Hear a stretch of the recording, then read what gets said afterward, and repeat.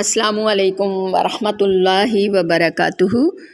میری عزیز بیٹیوں، ہمیشہ کی طرح آپ کے لیے میں دعاگو ہوں اور امید رکھتی ہوں آپ بھی دعاؤں میں اس فقیر کو یاد رکھتے ہوں گے۔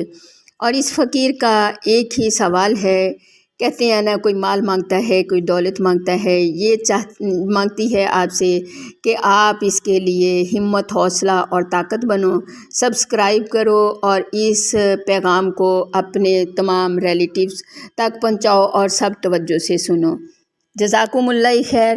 تو اب آتے ہیں ہم اپنے اصل موضوع کی طرف کہ جنتی عورت کی کیا پہچان ہے، وہ کیسی ہوتی ہے۔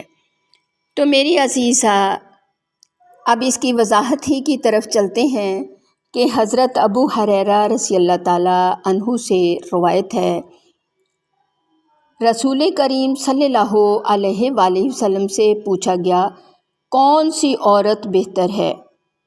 آپ نے فرمایا، وہ عورت کہ جب خاوند اسے دیکھے تو وہ اسے خوش کر دے، اور جب اسے کوئی حکم دے تو وہ اس کی اطاعت کرے اور اپنے مال میں اس کی مخالفت نہ کرے۔ آپ صلی اللہ علیہ وآلہ وسلم کے ساتھ ایک خاتون آئی کہ میری شادی ہو رہی ہے، میرے اوپر میرے خاوند کا کیا حق ہے؟ تو آپ صلی اللہ علیہ وآلہ وسلم نے ارشاد فرمایا، تیرے خاوند کے جسم پر ایک مثال ہے، پیپ سے بھرے ہوئے زخم ہوں اور تو اپنی زبان سے چاٹ چاٹ کر زخم صاف کرے تو نے اپنے خاوند کا حق ادا نہیں کیا۔ اسی طرح ماں باپ کے لیے حکم ہے، کیا خاوند کو سمجھایا کہ سب سے بہترین، اس کے علاوہ خاوند کو سمجھایا کہ سب سے بہترین مسلمان وہ ہے جو بیوی سے اچھا سلوک کرے، اس کی ہر چیز کا خود سے دھیان رکھے، اس کو خوش کرے، اس کو جیب خرچ دے، گھر کے خرچ کے علاوہ، کہ وہ دل سے خوش ہوگی تو وہ خاوند کی، عورت تھوڑی سی بات سے خوش ہو جاتی ہے، وہ خاوند کی تعریفیں بیان کرتے نہیں تھکتی۔ یہ شوہر کے لیے بھی اللہ کے نبی صلی اللہ علیہ وسلم نے حکم دیا کہ وہ اس کی تعریف کرے، اس کی ہر چیز کا دھیان رکھے، اس کے سکون کا، اس کی عیش و عشرت کا، جتنی اس کی انکم ہے اس کے مطابق دھیان رکھے۔ عورت ایسی نہیں ہوتی جو نیک صالح ہوتی ہے، وہ صبر کرتی ہے، لیکن مرد کے لیے بھی حکم ہے۔ تو میری عزیز بیٹیوں، میرے بیٹوں، آپ صلی اللہ علیہ وسلم نے جب عورت کے متعلق تعلیمات فرمائی تو آپ کے صحابہ کرام نے ان پر عمل کرنے کا حق ادا فرمایا۔ چنانچہ حضرت عمر رضی اللہ تعالیٰ عنہ اپنی طبیعت کی وجہ سے تو سخت مزاج تھے، مگر اہل خانہ بہت محبت پیار سے رہتے تھے۔ ایک دن ایک شخص اپنی بیوی کی وجہ سے بہت دکھی تھا، چاہتا تھا کہ مجھے اجازت ملے اور میں بیوی کو 2-4 جوتے لگا دوں۔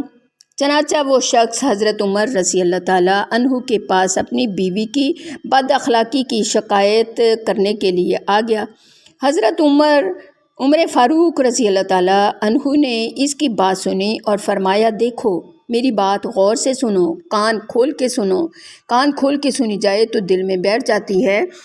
یہ دیکھو کہ جو بیوی ہے تمہاری ہے، میری ہے، یہ میرے لیے کھانا پکاتی ہے، پکانے والی باورچن ہے، خان شامہ کی مانند ہے، میرے کھانے پینے کا دھیان رکھتی ہے، میری روٹی بناتی ہے، یہ میری دھوبن ہے، میرے کپڑے بھی دھوتی ہے اور ان کو وقت پہ تیار کر کے دیتی ہے، میرے بچوں کو دودھ پلاتی ہے، میرے بچوں کی پرورش کرتی ہے۔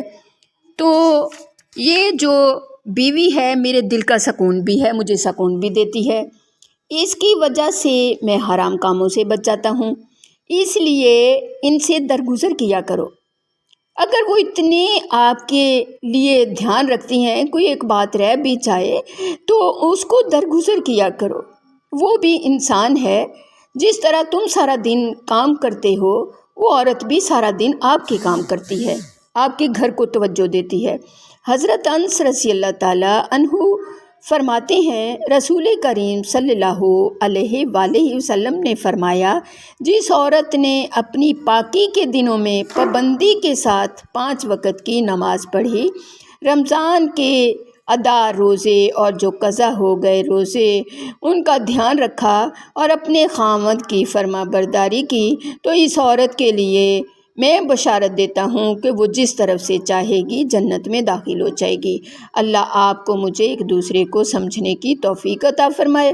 اجازت چاہوں گی، پھر صدقہ جاریہ کے لیے درخواست کرتی ہوں۔ تو میرے بچوں، وآخر الدعوانا ان الحمد للہ رب العالمین۔ اللہ آپ کو مجھے ایک دوسرے کو سمجھنے کی توفیق عطا فرمائے۔ فی امان اللہ۔ السلام علیکم ورحمۃ اللہ وبرکاتہ۔